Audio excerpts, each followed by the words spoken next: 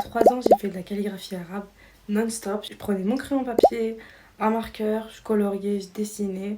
J'ai testé tout plein de sortes. Ensuite, en 2018, je teste ma toute première toile alors que je savais même pas comment utiliser ça. Et j'étais trop fière. J'ai trop aimé le résultat, même si, visuellement parlant, c'était pas ouf. Je me suis donné le droit et le temps de tester, de rater, de faire mon propre avis. En fait, je kiffais le processus, j'aimais trop. Ensuite, en 2019, je teste ma toute première peinture paysage.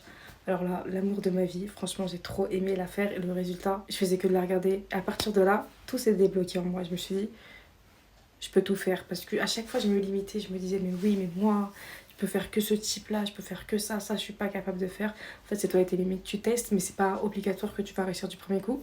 Parce que j'avais déjà testé une peinture paysage, j'avais essayé de faire un dégradé de couleurs pour le ciel, j'avais raté. Donc, et j'ai retesté, je me suis donné le droit de réessayer. C'est pas parce que tu rates une fois que c'est terminé. Après ça, j'ai eu un déclic, j'ai tout testé. Textile, coque, j'ai fait de la broderie, je sais pas, j'ai tout fait, j'ai vraiment tout fait. J'ai allié paysage, calligraphie, j'ai fait de tout. Je me suis donné aucune limite et je me suis donné le temps. En 2021, je commençais à voir des gens qui peignaient avec de la peinture à l'huile. Et pour moi, cette peinture, c'était pour les grands des grands artistes. Genre, qui dit peinture à l'huile, dit t'es quelqu'un. Sauf que moi, je me suis dit, moi, j'ai pas testé. J'ai testé. Et je vous mets ma première peinture à l'huile quelque part par là. J'étais trop fière à partir de là. J'étais inarrêtable. J'ai fait peinture à l'huile sur peinture à l'huile. Et j'aimais trop parce que la peinture à l'huile, ça prend du temps à sécher. Ce qui fait que je pouvais prendre mon temps pour peindre. Vraiment, c'était trop bien. 2022, alors que j'y connaissais absolument rien, j'apprends à faire de la couture.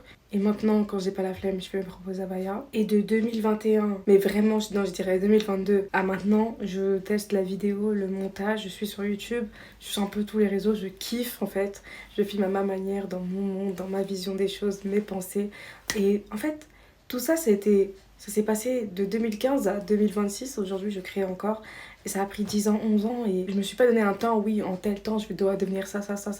C'était pas dans mes projets de devenir caméraman, ni monteuse vidéo, ni savoir coudre. Je me suis juste laissé le temps de kiffer, de créer, d'apprécier le processus. Ça, c'est super important parce que si t'apprécies pas le processus, à quoi ça sert? En fait, l'objectif, c'est pas de dire oui, je suis devenue ça. C'est qui je suis devenue en faisant tout ça. Aujourd'hui, j'ai un mindset en mode moi, si je veux apprendre quelque chose, bah, je sais que je vais y arriver.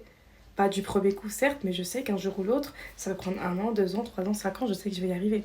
Donc c'est ça en fait. Kiffez le processus, aimez ce que vous faites, mais ne vous donnez pas de temps, ne vous jugez pas. Laissez-vous le droit de rater, de réessayer, de voir différentes choses. Moi, il y avait une époque où je me disais, je dois faire que de la peinture, que ça. Mais c'est terminé maintenant. Aujourd'hui, je suis là devant vous à faire une face cam alors que, il y a 1 an, jamais, j'aurais dit jamais de la vie.